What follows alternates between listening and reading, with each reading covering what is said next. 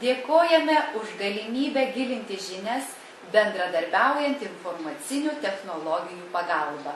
Dėkojame už galimybę susipažinti su kitų mokyklų veikla. Dėkojame už paskatinimą prisiminti pasakyčių žanrą bei jos autorius. Dėkojame už galimybę pritaikyti savo žinias bei jas pagilinti.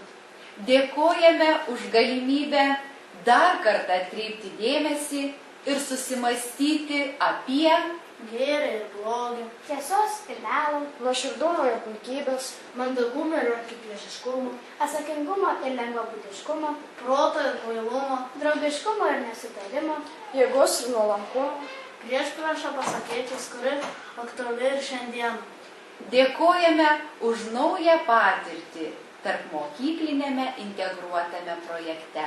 Jums dėkoja Panevėžio Aušros pagrindinės mokyklos mokiniai, Nikas Strukovas, 5A, Airidas Kokauskas, 5A, Darius Šimkevičius, 5A, Modesta Tiškevičiūtė, 5B.